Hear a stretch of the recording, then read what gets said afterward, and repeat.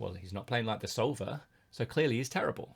Hey guys, how's it going? Welcome back to another video. My name's Gareth James for mttpokerschool.com, and today we're going to take a look at a triple barrel bluff spot from Nick Petrangelo. So this hand comes from the 10k buy-in, 2 million guaranteed final table on GG. The replay that we're going to watch through is from BCP Replays. Shout out to them, by the way. They put a lot of these whole cards up replays onto YouTube for us to watch. And yeah, if you're not doing that, if you're not watching these whole cards up replays of some of the best players in the world, then you're really missing a trick. Yeah, you should definitely be doing this. So if you're not, once you finish watching this video, definitely go and watch some of these whole cards up final table replays.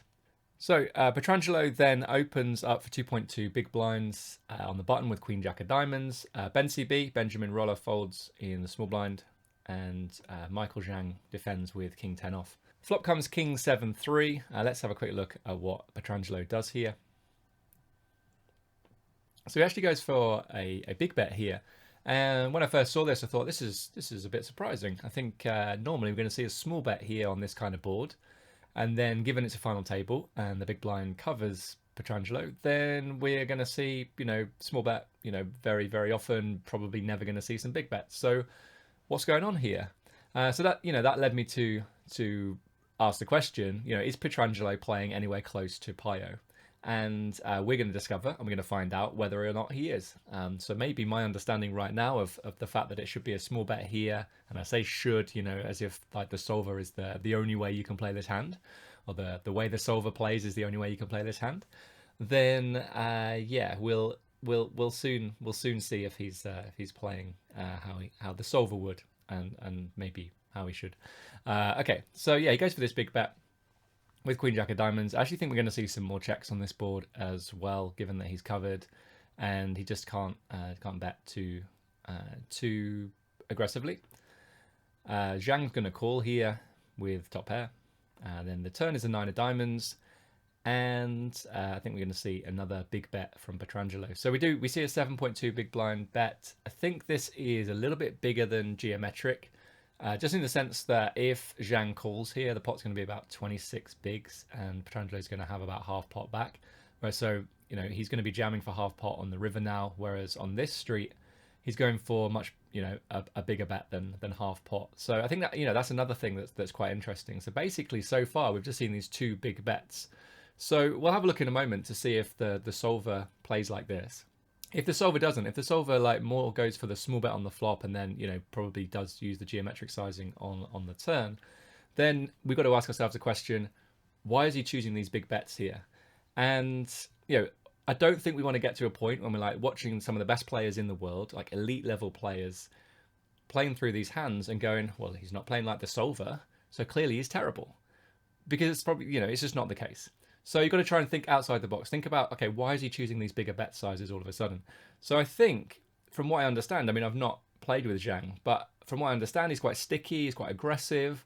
And so using bigger bets on flop and turn is really designed to get him to fold more frequently, which is pretty interesting, given that if when you bet big on the flop, you're expecting more folds on the turn, which means that Zhang's range becomes a lot stronger going into the turn. So when you then hit him with another big bet on the turn, by the river, his range is getting really, really strong, and therefore it's going to be much tougher to get him to fold when you're bluffing. So Zhang makes the call. The river then is the 8 of hearts, and then Petrangelo essentially jams here. He leaves himself with 0.7 big blinds back. We'll see what happens, whether or not Zhang calls. He does make the call, and yeah, Zhang's gonna scoop this one. So let's take a look at it in PIO and see whether or not Petrangelo is playing like the solver. Okay, so here is the sim from PIO, and what I've done here is run the spot in simple preflop hold'em to work out what the preflop ranges look like. What does Petrangelo's opening range look like? What does Zhang's calling range, defending range look like? And this is what we've got. This is the opening range. So some of you might be looking at this and thinking, wow, it's actually quite tight given that he's opening from the button, right? But he's the short stack, and there's a stack in the small blind that could 3-bet or 3-bet shove. Plus he's then raising into the big stack who gets to defend a bit wider because he's the big stack and can put pressure on post flop. So yeah, I think this is this is what the solver spat out. It's not my guess as to how he's going to approach this. Maybe he's playing more hands than this. Maybe he's playing fewer hands than this. Like it's I've gone with the solver solution here across the board. So we're going to be looking at pre-flop, and then now obviously we're looking at post-flop. Next thing then you'll notice is that it's small bet and check, and very rarely uses this big bet. So it is quite interesting. Like, we can say straight away, you can almost like end the video now. Please don't. But you could end the video now and you could say, nope, Petrangelo definitely doesn't play like the solver. As I said before, I thought there would be small bet and I thought there'd be a lot more checking. I think there's actually a lot more checking than I realized here. Like I wasn't expecting 57% checks here. But this is just the function of the slightly different ranges for this spot for button and for big blind, given it's three-handed. And there's only 3 players worth of antes, for example, and they're just the way the stacks are set up, the distribution of chips. But also then that Zhang covers Petrangelo, right? So he has to play a bit more passively, even though he's in position. So let's take a look at Queen Jack of Diamonds then. You can see it's like basically small bet and check, and really going for the check a lot more frequently. So pretty interesting to see straight away. We see some bets with with our best King X, with some overpairs here, with a set of sevens, and we see King 7 suited as well. But pretty interesting to see it, like kings going for a check. I mean, queens very frequently going for a check. So a lot of these underpairs, I mean, you can see the underpairs going for a somewhat, I guess, delinear, like, eights requires more protection than pocket queens, for example. So you can see that's why it's betting more frequently than the queens. But yeah, Queen Jack of Diamonds doesn't really bet that much here. So, not only doesn't it not use the big bet, but it also, when it does bet, it just doesn't do it very often.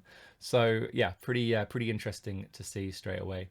Let's just have a look at this. So versus the big bet, Zhang's supposed to fold 48% of the time, and versus the small bet is only folding 32%. So for sure, the bigger bet is going to generate more folds, but it's also going to strengthen your opponent's range. So Petrangelo chooses the big size. What kind of hands then is Zhang continuing with? Obviously, all of his top pairs. He's going to continue with like backdoor flush draw here, ace jack of spades, and then all of the flush draws. We do have the backdoor flush draws then, ace jack of spades, ace 10 of spades, ace 9 of spades, and then it drops away. So I think that's pretty interesting to note, because we're going to talk about that in a moment when when we look at like whether or not Queen Jack of Diamonds is a good double barrel candidate. So basically, like continuing with a piece of the board, draws, and some backdoor, decent backdoor flush draw type hands. 9 of diamonds then, and we can have a look now. And Queen Jack of Diamonds once again is going for a bet sometimes and a check sometimes. Does use the bigger sizing. It's what we'd expect though on this turn card. It's like pretty much a blank.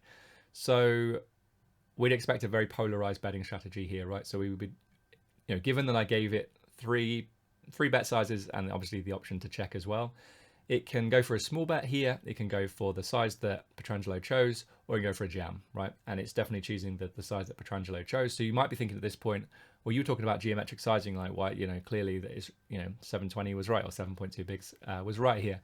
The thing is, the solver is only as good as the information you feed into it. If we say to it that you can only bet small, the 7.2 big blinds and a jam, then it's going to choose one of those three if it thinks it's appropriate, right? Now, if we gave it a geometric sizing, I would imagine that it would choose that sizing over a 7.2 big blinds size, like in this spot. So turn is what it is. Like it's not a full frequency bet, but we don't know for sure that on the turn, Petrangelo isn't just mixing here and going like for this big bet half the time and check half the time. So we can't like say, okay, he's not playing GTO, he's not playing like the solver in this spot. One thing I'd like to add here, guys, is if you look in the top right-hand corner, you can see it says line 0.75%. Now, I am definitely aware that this is a line that should not be taken. I'm just trying to like guide you down this branch of the game tree because that's the one that was chosen. Now, I'm not convinced that the solver is going to give us a fantastic solution for this because it's a line that's, very rarely chosen. But stick with me because we're going to be going down this line. We're going to be going down a branch that's very rarely traveled. So it might even be quite exciting given that, the solver doesn't go there very often. But yeah, I think it's just worth me pointing that out, guys, because I know that some of you, I've seen some comments in previous videos, just like, you've gone down a branch of the game tree that's just doesn't happen. the solver is like, it's trying to compensate, it's trying to work things out, but actually very few combos are going down that line. So you can see, for example, if I just bring my mouse over here, 3.4 combos, 0.1 combos, 3.8 combos. Like overall, there's just very few combos that have gone for this big bet size on the flop. So yeah, we'll draw a line under that and we'll move on. So it goes for this big bet. And you can see the kind of hands that we're trying to get to fold now. It's like ace highs with the backdoor flush draw. We were trying to get to fold, so like ace jack with a club, ace 10 with a club, ace 8 with a club, for example, ace jack of spades, ace 10 of spades, stuff like that. So ordinarily, if we go for a small bet on the flop, we're going to see a lot more spade hands continue that we can then get to fold on the turn, right? But when we go big on the flop, those hands are going to fold on the flop. Now, it could be that Petrangelo believes that Zhang's not aware of that and he's going to float too liberally. And therefore, that's the reason why he's going for this big bet once again on the turn. But we saw that like it's not an issue. Like it's definitely a thing. It's something that the solver would do.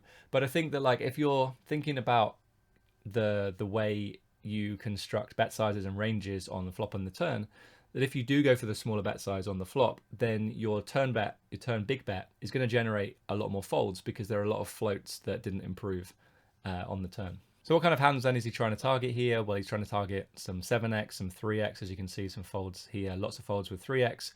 7x, some of them are indifferent. Obviously, 7x of clubs is never going to fold, always going to be a good call for Zhang in this spot. And obviously some 9x as well is going to continue, mainly ace 9 of spades, ace 9 of clubs. All the king x still gets to continue, and then yeah, as I said, like the 7x starts to be indifferent, starts to fold, but 7x of clubs always going to continue. We do see some combo draws as well being played very, very aggressively here, but they don't continue with a call. And really what we wanted to focus on was why we choose to bet this turn and what kind of hands we're trying to fold out. It's always worth just thinking that through. What kind of hands am I trying to fold out on the turn? What is my bet trying to accomplish? What am I trying to achieve here? Those sorts of questions are really, really useful when you're trying to decide, whether to bet or to check on the turn. Okay, Zhang calls in the 8 of hearts then on the river, and then we can hover over Queen Jack of diamonds again, and yeah, just ignore the 0.11% line in the top right hand corner. But yeah, we very rarely gonna go for a bet here, but 27% jam and checking, checking the rest of the time. So it's certainly not a full frequency, but again, like we can't say for sure that it's not, that he's not just like, randomizing here and just found a bet this time. We just have absolutely no idea. So the key thing in this hand is that we go back to the flop. It's just he's definitely not playing like the solver. So why is he doing that? So really quickly, guys, leave me a comment down below. Why do you think he's choosing the bigger bet on the flop and the bigger bet on the turn? So I mean, the bigger bet on the turn is maybe less of a factor here or a problem. But like on the flop, when the solver says he wants to go small, why is he choosing the big bet? Now, is it because he thinks that Zhang's going to be sticky? He feels like he can get him to fold a lot more frequently by choosing a bigger sizing. But then, that leads us on to like, okay, but then his range gets stronger for the turn, and then it becomes more difficult to generate folds on the turn. So yeah, give me your thoughts, guys, because I really want to hear what you think. I think it's really important to remain open-minded. And as I said before, like we shouldn't ever be looking at this and thinking, well, he's not playing like the solver, so clearly he's really bad.